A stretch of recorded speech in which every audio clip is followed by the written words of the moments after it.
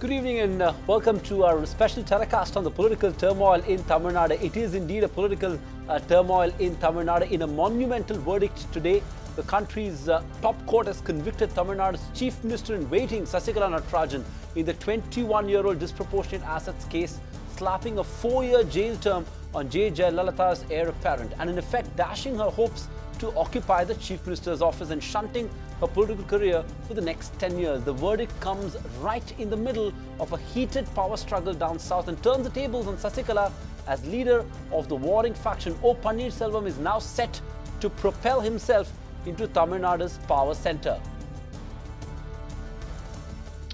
Indeed, but Sagarika perhaps is not going down without a fight, because in an attempt to block Pannirselvam's ascent to the CM's post, Sagarika has expelled him from the AIADMK and has also chosen her proxy as the top boss, Idappa D. Palanisamy. In fact, AIADMK lawmakers who have backed Sagarika all this while have now lent their support to Palanisamy.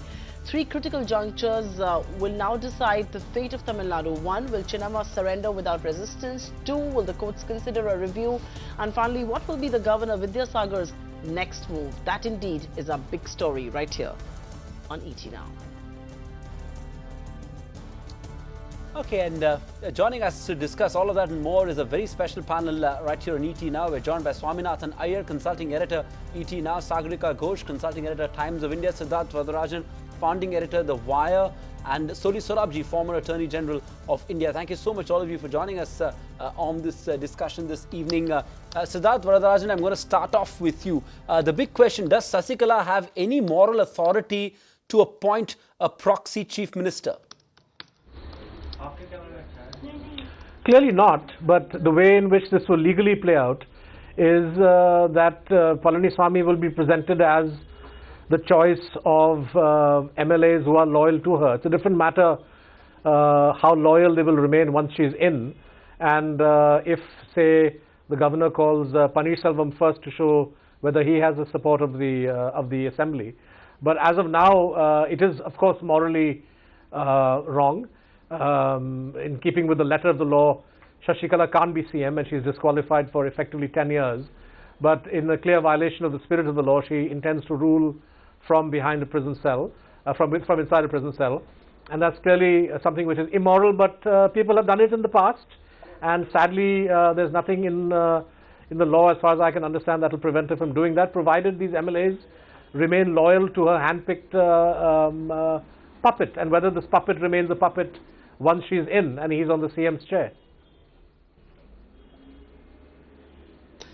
Hold your thoughts there. I mean, we're talking about puppets, and let's take this across to Swaminathan Aiyar, who's also right here with us on ET Now. And Swami, you know, it may not be morally right to do what she's done, but legally, of course, there's no opposition to this. But Indian politics knows no morals, and Sagarika perhaps isn't an exception either.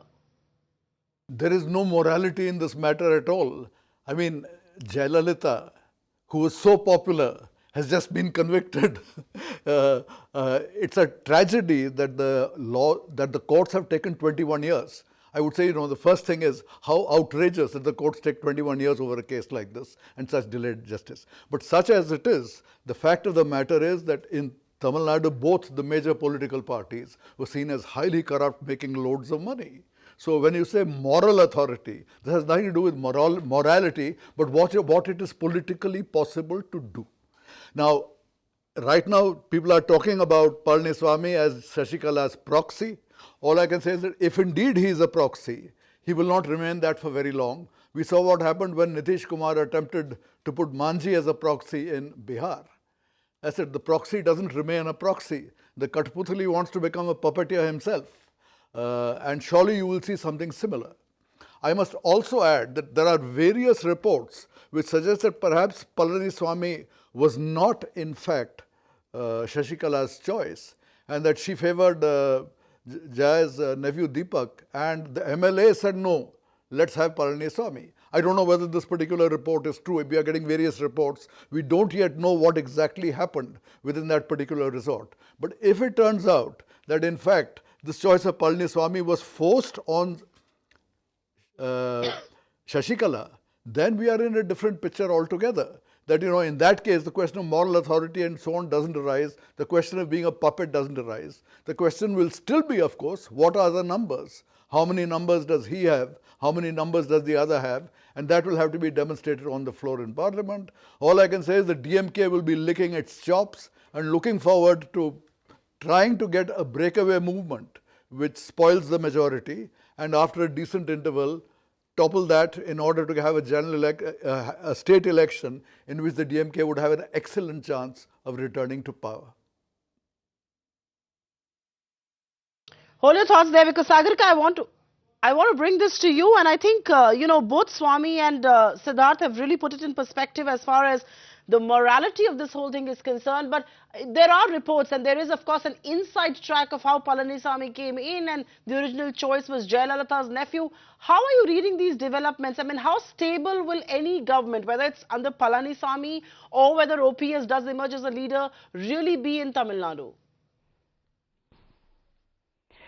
Supriya, it's absolutely clear that in the short term at least, the AIA-DMK is imploding. It has imploded, it continues to implode, it is imploding. This clearly happens when there's a high command culture in a party, when there's a Supremo, and the Supremo passes from the scene without anointing a successor. You know, Bal Thackeray anointed Uddhav Thackeray, so he was able to keep the Shiv Sena together for a while. But when the high command passes and doesn't anoint a successor, then the party crumbles. The AIA-DMK has got 4 more years to rule, and it really remains to be seen who is going to be the person who can keep the flock together, because at this moment in time, it really looks as if neither side has the numbers. Neither does Mr. Palaniswamy, who is supposed to be Ms. Sasikala's proxy, nor does Mr. Paneerselvam. So who really has the numbers? There is also a level of constitutional breakdown.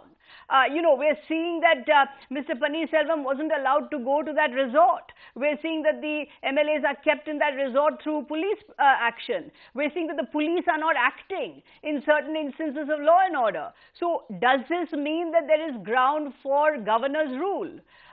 Those are the choices before the governor. The ball is really the governor's court. Does he do what the Attorney General is asking, which is a composite floor test? As you know, the composite floor test was done in 1998 between Kalyan Singh and Jagdambika Pal, where Kalyan Singh proved his majority on the same day on the floor of the House. The composite floor test means you don't invite anybody. On the same day on the floor of the House, you ask both parties to prove your numbers. So that's one option before the governor. The other option before the governor is looking at the instances of breakdown of law and order and the manner in which the police is acting or not acting. The police is actually not being able to even get Mr. Paneerselvam into that resort. Is it a fit grounds for governor's rule? And that is something which, Supriya, as you know, the BJP government of the centre would quite welcome, because it would give the BJP also an opportunity to look at its own electoral prospects in Tamil Nadu, something which it's very, very keen on. So we're looking at a situation where the AIA-DMK is clearly imploding. Neither side has the numbers, and there is a situation where the governor doesn't seem to know what to do. We know that the two parties are meeting him later this evening, so we have to see what decision the governor takes. Right. But at the moment, right, I wouldn't really rule out a governor's rule. Sure. Let me toss it to Soli Sorabjee as well. What are the options really for the governor now, Mr. Sorabjee? Should he invite Sasikala's proxy candidate, given that he claims to have the support of more than 120 MLAs, or is a composite floor test like Sagarika is pointing out? Is that a necessity? What do you expect the governor to do now? No. I suppose it depends on, again, as I said about the floor test. Depends on the result of the floor test is. Suppose Shashikala camp hasn't got the numbers, then it's a different matter. But please understand one thing, that the governor will have to act in accordance with the result of the floor test. He has no personal likes and dislikes in the matter, cannot have. Siddharth Varadarajan, is the governor going to buy more time to facilitate O. Paneerselvam to prove a majority, because his whole role and conduct over the last 5 days has also been questionable? Many have been talking about the role of New Delhi in all of this. And also, what does this mean for O. Paneerselvam? Because, anecdotally, one seems to get the impression that there is this massive support for him to be the next Chief Minister of Tamil Nadu. So what does O. Pannirselvam do? And more importantly, do you expect the governor to continue to be in this wait and watch mode? There's two ways of looking at what the governor did ever since the dispute between Shashikala and Pannirselvam came into the open. The first is that he took a legal constitutional position in line with various Supreme Court judgments on the grounds under which somebody may be disqualified, and particularly after it became clear last week that the Supreme Court verdict was going to be coming this week, he decided that it was better to wait and see what happens, and in the event that Shashikala was found guilty, then he would have saved the state the prospect of having had somebody who was actually ineligible for becoming Chief Minister, but who would have had 3 or 4 days or 4 or 5 days to take decisions that were in some ways irreversible.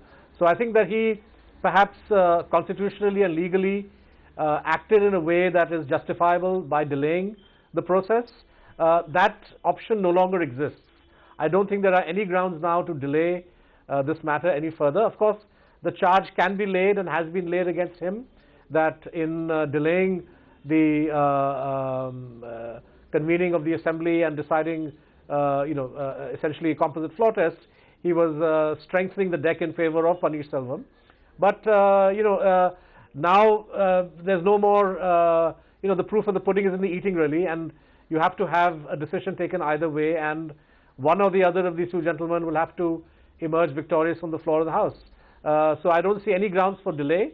I don't see any grounds for speculating about the need for central, president's rule, because you have an assembly with a party in majority and two claimants to having the support of that majority, and the only way to test that, quite frankly, is not by showing lists of MLAs with signatures or conducting parades, but to actually have formal voting on the floor of the assembly. And I would hope that this happens as soon as this week itself, so that there's no need to postpone the agony of the state, and they can get on with the business of governance as the people of Tamil Nadu would want them to do. Indeed, just hold your thoughts there, because Soli, Sorabjee, I'm going to ask you a very blunt question. I know Siddharth is of the view that there is no question of a president's rule, but we've also seen a delay of 10 odd days in appointing the next Chief Minister of Tamil Nadu, and many tongues are wagging on that front. Is there a possibility of a president's rule in that southern state? Soli, Sorabjee.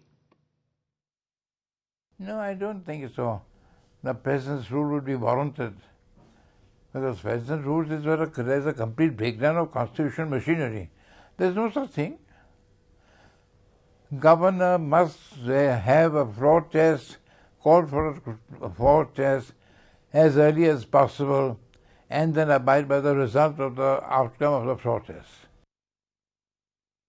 Swami, I really want you to answer the question on the role of the central government. Many people believe that is going to be under scrutiny over the next few days as the governor takes the call on who to appoint, whether there should be a floor test, whether there should be a composite floor test, and all of that. What is the role of the central government expected to be over the next few days?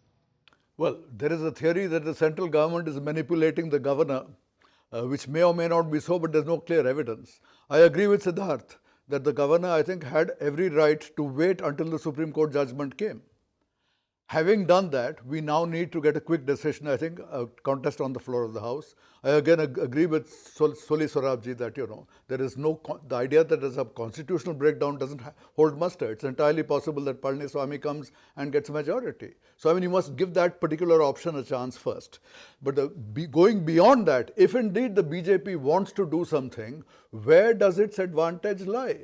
I mean, if you get an implosion and fragmentation of the AIADMK, then the DMK saunters into this vacuum and wins a crushing majority in a midterm election. How does that help the BJP? After all, that DMK is in cahoots right now with the Congress party. So how does it help the BJP to make the AIADMK implode further? I don't think it does. I mean, they can maneuver for space that, they get a more compliant AIADMK that will help them out in the Rajya Sabha and so on. But I think the aim of the BJP would be for that. What they have done so far, I mean, you may criticize them, but as far as I can see, as of now, the governor has done nothing which can actually be called morally or constitutionally wrong. I'll simply say that I don't know what the next step is going to be, but if the aim is to somehow manipulate a complete implosion and a midterm election, not only would that, using President's rule, not only would that be, in my view, a wrong procedure, I think it would also backfire. It would help the DMK above all. Sure. Sagarika, do you agree with Swami and Siddharth that there's nothing to fault as far as the governor's role so far is concerned? And more importantly, do you agree with Swami's view that it's probably in the centre's interest to have a stable and a so pliant administration in Tamil Nadu? Sandeep, you know, there were some legal luminaries who pointed out that the governor was overreaching his constitutional duties when he chose to wait and not swear in Sasikala, particularly when she presented the list of 120 MLAs. Legal luminaries such as Raju Ramachandran went on record saying that the governor is actually overreaching his constitutional duties. It is not his remit to wait for a court verdict, but if the governing party has elected its leader, he then has to swear in that leader without delay. But, taking the court judgment into consideration now, given the conviction that has been handed out to Sasikala, it is absolutely the right thing that the governor did, and I think morally he struck the right note, because he has in fact set a precedent that if there are very serious charges hanging over a particular individual, then the governor is going to keep the assembly in suspended animation. He is not going to swear in. He is going to wait till for a court verdict. Many had said that this is an overreach, that why should the governor wait for the court verdict, but he did, and I think he has set a precedent. Absolutely, I think it's in the centre's interest to have a stable government in Tamil Nadu, of course. I mean, it's in everybody's interest to have a stable government. But on the other hand, I mean, let's not run away from the fact that the BJP has ambitions in Tamil Nadu. When the BJP rose from 2.5% vote share to 2.8% vote share, this was touted as a victory in the 2016 elections.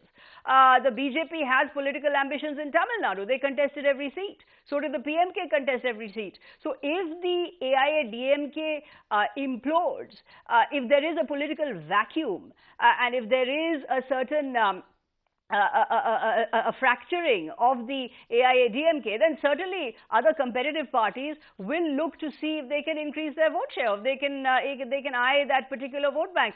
As far as the AIA-DMK is concerned, as I said, at the moment it's very difficult to see how without that cement of the Supreme Leader, they are going to continue for the next 4 years. Remember, they have 4 years to go. They just have finished 7 months. They have a long innings to go, which is probably why the MLAs are staying together. Because I think the AIA-DMK is never going to be the same again. It's never going to function as the same kind of united force again. It is clearly split. It is clearly split between Sasikala's camp and Paneerselvam's camp. Clearly, they're not going to be able to be united or work together. So, what is really going to happen to the AIA-DMK remains to be seen. I believe the reason why the MLAs are trying to create some sort of unity is because they don't want to face an election.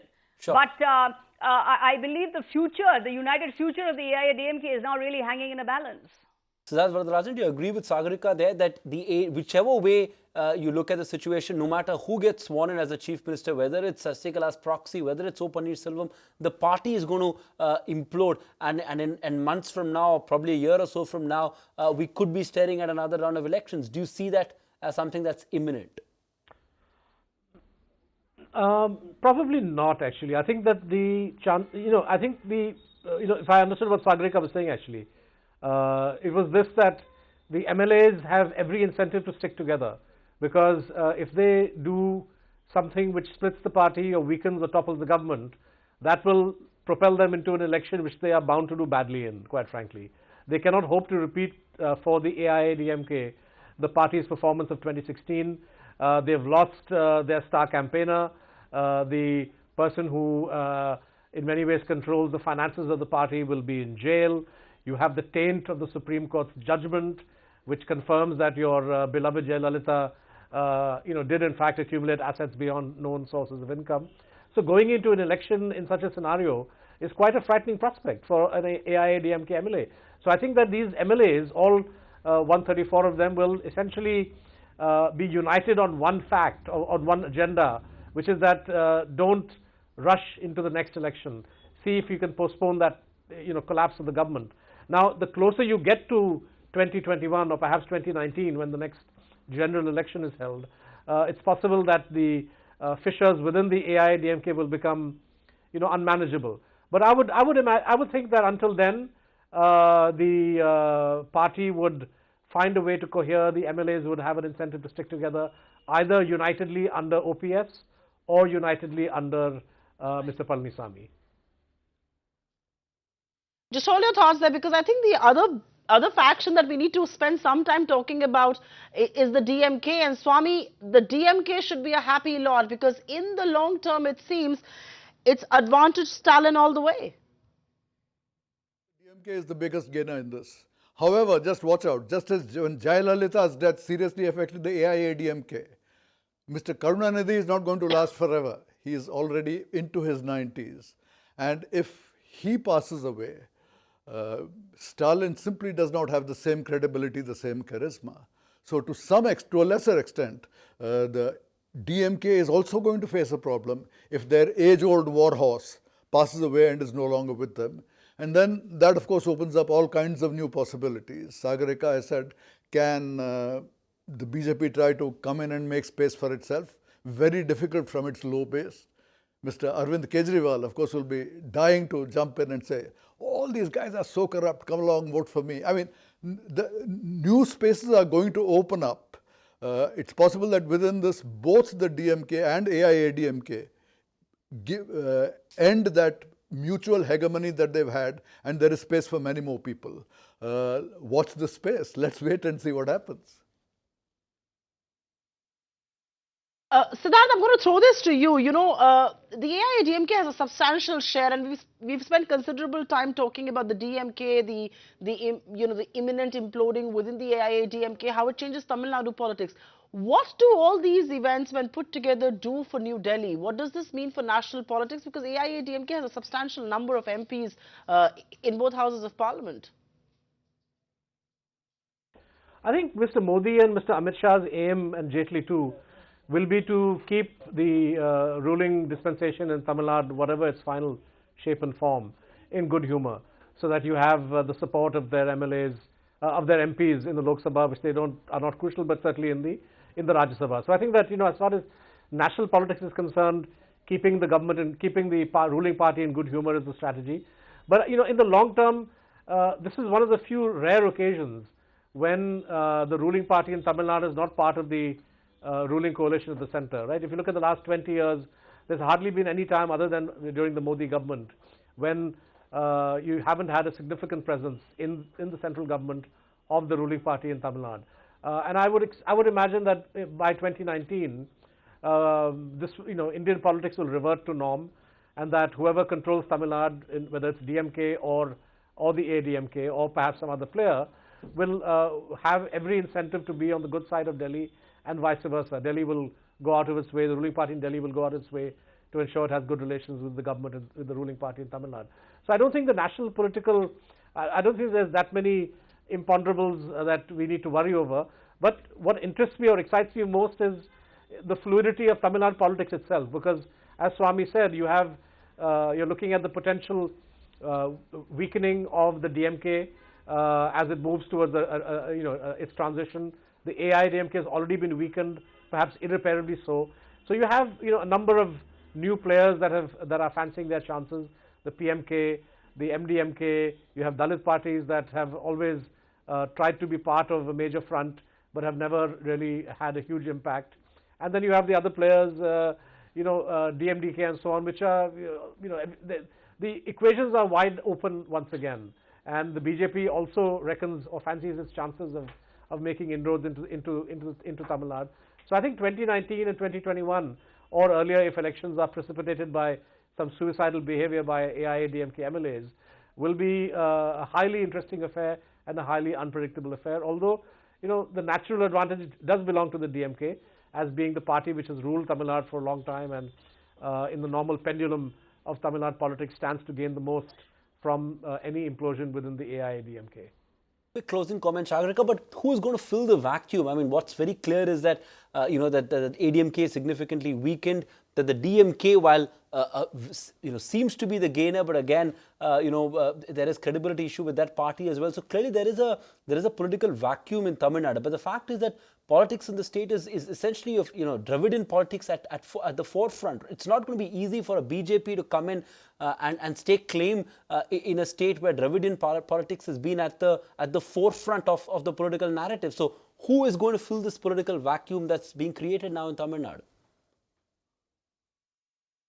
Sandeep, that really is the big question, because if these two big Dravida giants begin to weaken, begin to implode, then certainly that leaves a huge vacuum there. And many players, the BJP, as I mentioned, has been crowing about the fact that it grew from 2.5 to 2.8%. That to it was a big victory in 2016. BJP leaders in Tamil Nadu were very happy. They said we've gone from 2.5% vote share to 2.8%, even though they didn't win a single seat. But Tamil Nadu is something the BJP is certainly eyeing. They did contest every seat. The PMK contested every seat. There are, the others, as has been mentioned, the DMDK, the MDMK, all of those. So I think the vacuum will naturally be filled. People will seek to rush in. But, just to come back to what the center stakes are, you remember presidential elections are up in June, July. And the center will be looking for support from the 39 MPs of Tamil Nadu. So it will be of the AIADMK in Tamil Nadu. So it is very important for the centre to keep the AIADMK in good humour. Then, of course, there's 2019. There again, the centre will be looking for support from Tamil Nadu. So the stakes for the centre are also very high. The president elections in June, July are going to be very important for the centre to get support from the AIADMK. So the centre has a lot at stake for the AIADMK to continue and to cohere. But at the moment, it really looks as if the DMK is in a slightly better position. It does look a little more mature. Karunanidhi has handed over the baton to Stalin, who has in fact taken over the party. He is the anointed successor. Remember, as I said, there was no anointed successor in the AIADMK. Jayalalitha never mentioned a successor. She appointed Paneerselvan to be her proxy, but she never actually voiced that Sasikala would be her successor. So therefore, it is so Paneerselvan feels that he can be the successor, and Sasikala feels that she can be the successor. So when, as I said, when the supreme leader doesn't anoint a successor, then that is a recipe for disaster. So for me, I think that the implosion of the AIADMK is going to create opportunity for the BJP, for the PMK, and for many other parties in Tamil Nadu. For the moment, it really looks to me as if the decline in the AIADMK, the fractures in the AIADMK are pretty irreversible at the moment. Swami, 30 seconds, for constituents in the market and for the business community at all, they'd like to know what's the big picture from a 2019 point of view. This obviously means that the Congress-DMK alliance gets strengthened. Is that a fair interpretation? So from a 2019 point of view, is it as a positive development for the anti-Modi bloc? Is that a fair way to assess this? Without doubt. Without doubt, and it's a significant blow. I mean, Modi has already suffered reverses in Bihar. He suffered in Delhi. Let's see what happens in UP. The combination is in bad shape in Punjab. And if this development in Tamil Nadu would be another anti-Modi blow.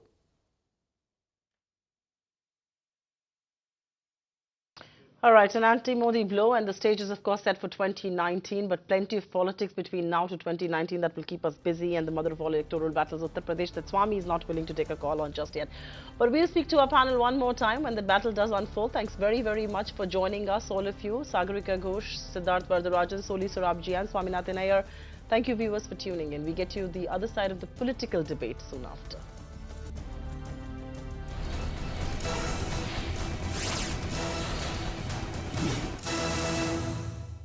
Find us on Facebook at facebook.com/ETNow, and don't forget to click the like button. You can also follow us on Twitter at ETNowLive. To stay updated with all our programming, hit the subscribe button on our YouTube channel by logging on to youtube.com/user/ETNow.